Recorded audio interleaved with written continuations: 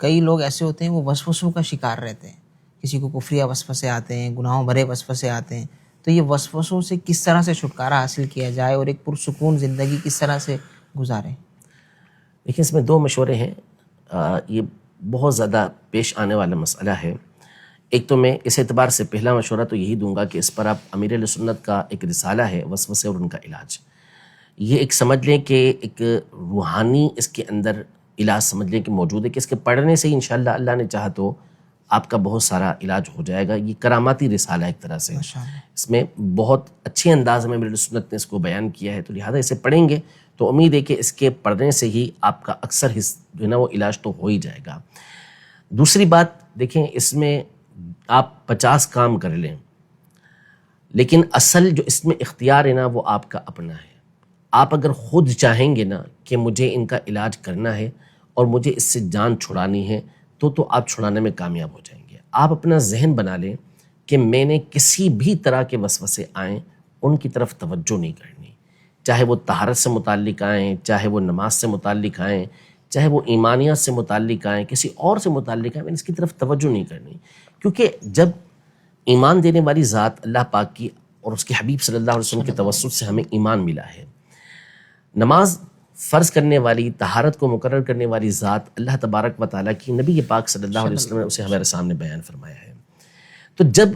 اللہ کے نبی صلی اللہ علیہ وسلم نے ہمیں یہ بتا دیا کہ اللہ تبارک و تعالیٰ نے ہم پر وسوسوں کو معاف کیا ہے،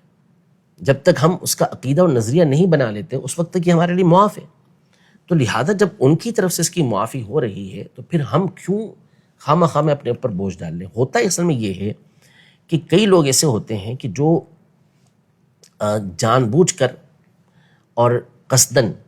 یعنی ایک تو وہ ہوتے ہیں جو واقعی پریشان ہوتے ہیں، ان کی پریشانی اپنی جگہ پر ہوتی ہے. بہت سے لوگوں کو بس اس کے اندر ایک طرح کا ایک مشغلہ ان کا ہو جاتا ہے،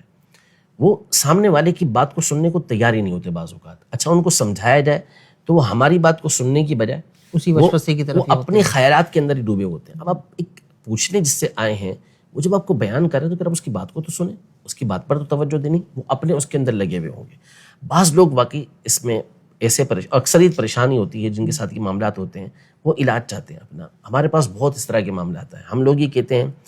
کہ تمام مسائل میں سب سے مشکل حل جو ہوتا ہے نا کسی کو سمجھانا، وہ وسوسے والے کو ہوتا ہے، اور دوسری طرف ہم ساتھ میں یہ کہتے ہیں کہ سب سے آسان بھی وسوسے والے کو سمجھانا ہوتا ہے. یہ سمجھنا چاہے اور اپنا ذہن بنا لینا کہ میں نے ان چیزوں کی طرف توجہ نہیں دینی، منٹوں میں اس کا علاج ہو جائے گا، ختم. اور اگر وہ نہیں مانے گا، وہ سوالات پر سوالات کرے گا. مفتی صاحب نے اس کو جواب دیا، وہ آگے سے اس پر سوال اٹھائے گا، وہ پھر جواب دیں گے، وہ پھر جواب دے گا،